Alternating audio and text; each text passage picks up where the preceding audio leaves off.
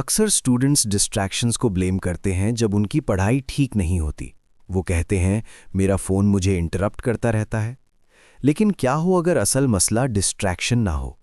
क्या हो अगर असल मसला रात को शुरू होता हो? बहुत से स्टूडेंट्स की एक आम शाम के बारे में सोचिए। होमवर्क खत्म होता है, खाना खा लिया जाता है, फिर फ़ोन बाहर निकल आता है। बस एक वीडियो, बस एक मैसेज, बस 5 मिनट और। अचानक आधी रात हो जाती है। ये कोई बड़ी बात नहीं लगती। आखिरकार आप फिर भी बिस्तर पर जाते हैं और कई घंटों तक सोते हैं। लेकिन आपका दिमाग एक बायोलॉजिकल क्लॉक पर चल रहा है, जो एक अहम केमिकल पर डिपेंड करती है, मेलाटोनिन। मेलाटोनिन वो हार्मोन है जो आपकी बॉडी को बताता है कि सोने का वक्त हो गया है। जब अंधेरा होता है, आपका दिमाग आहिस्ता आहिस्ता मेलाटोनिन रिलीज करता है। आपकी बॉडी रिलैक्स होती है, आपका जहन पुरसुकून होता है और आपका दिमाग गहरी नींद के लिए तैयार होता है। लेकिन फोन स्क्रीन से एक चीज निकलती है जिसे ब्लू लाइट कहते हैं, और ब्लू लाइट आपके दिमाग को धोखा देकर यह सोचने पर मजबूर करती है कि अभी भी दिन का वक्त है। जब ऐसा होता है तो मेलाटोनिन का निकलना डिले हो जाता है। हो सकता है कि आखिर में आपको फिर भी नींद आ जाए। लेकिन आपके सोने की टाइमिंग शिफ्ट हो जाती है, और वो छोटा सा शिफ्ट किसी ऐसी चीज को इफेक्ट करता है जो स्टूडेंट्स के लिए इंतहाई अहम है: मेमोरी, याददाश्त। गहरी नींद के दौरान आपका दिमाग उस हर चीज को प्रोसेस करता है जो आपने दिन भर सीखी होती है। क्लास के फैक्ट्स, रीडिंग के कॉन्सेप्ट्स, वो प्रॉब्लम्स जिनकी आपने प्रैक्टिस की। आपका दिमाग उन यादों को मजबूत करता है और उन्हें बाद में यूज करने के लिए स्टोर करता है। मजबूत गहरी नींद के बिना वो प्रोसेस कमजोर हो जाता है। तसव्वुर करें कि आप 2 घंटे पढ़ते हैं, लेकिन दिमाग कभी इंफॉर्मेशन को ठीक से सेव ही नहीं करता। खराब स्लीप एफिशिएंसी यही करती है। चले, मैं आपको एक छोटी सी कहानी सुनाता हूं।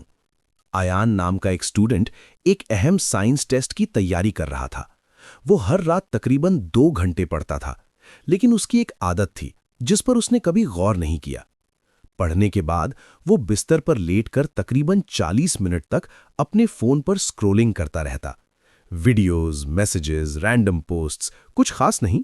लेकिन अगली सुबह कुछ अजीब होता रहता था। वो क्लास के दौरान उकताहट महसूस करता था। उसे पिछली रात पढ़े गए फैक्ट्स याद रखने में मुश्किल होती थी। ऐसा लगता था जैसे उसका दिमाग स्लो मोशन में काम कर रहा हो। आखिरकार उसकी टीचर ने एक आसान सा मशवरा दिया: सोने से 1 घंटा पहले फोन इस्तेमाल करना बंद कर दो। शुरू में ये इतना आसान लगा कि यकीन नहीं आया, लेकिन अयान ने इसे ट्राई किया। पहली कुछ रातों के लिए उसने उस स्क्रीन टाइम की जगह किताब पढ़ना और अगले दिन के लिए अपने नोट्स तैयार करना शुरू कर दिए। 1 हफ्ते के अंदर कुछ हैरान कुन हुआ। सुबह आसान महसूस होने लगीं, पढ़ाई तेजी से होने लगी और इन्फॉर्मेशन उसकी मेमोरी में ज्यादा देर तक टिकने लगी। और कुछ नहीं बदला था, वही पढ़ाई का वक्त, वही सब्जेक्ट्स, सिर्फ एक फर्क बेहतर स्लीप टाइमिंग का था। ये इसलिए होता है क्योंकि नींद सिर्फ आपकी बॉडी को आराम नहीं देती, ये आपके दिमाग को रिपेयर करती है।